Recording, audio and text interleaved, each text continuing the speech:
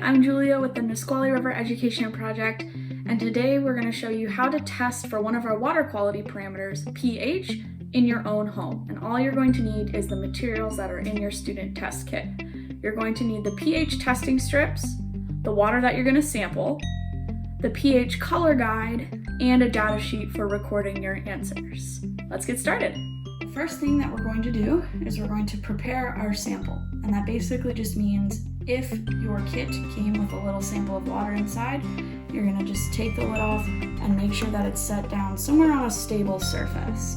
If your kit did not come with a sample, you might just put it in a bowl or a cup, just something that you will be able to dip your strip into. The next step is to just grab our pH strip. You want to make sure that your fingers are totally dry and that you're only handling it by the white end. You don't want to be touching these colored pads on the end.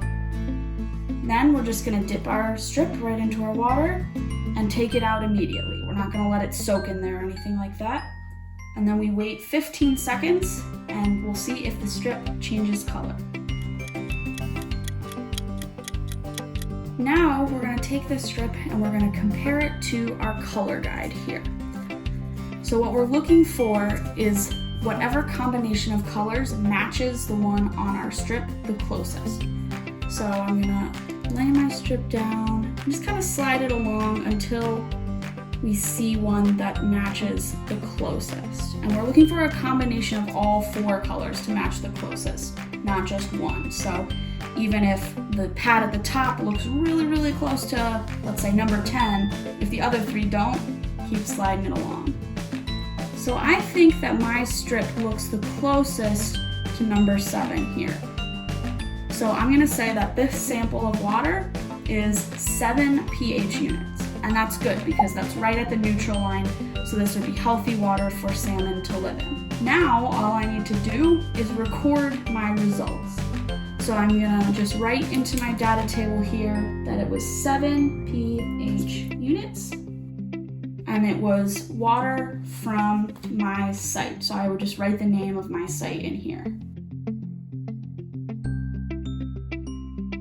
Once you're done with that, you can put away your sample and you can use the pH strip that's left to test some other type of liquid that you have in your house.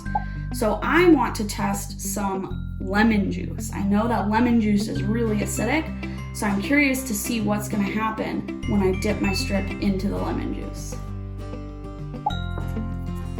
So I'm going to get out my second pH strip. Let's put my first one away. And let's see what happens in the lemon juice.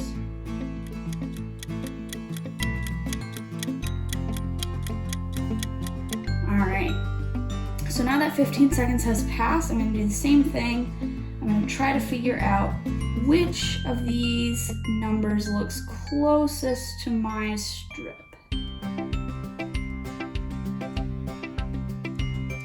To me, it looks like it's going to be number 3. So that means that this lemon juice has a pH of 3. You can see here that this is 3. Here's my strip. They look almost identical. So I'm going to do the same thing as before. I'm just going to write down what my substance was and then what my result was. And there you go. Easy as that.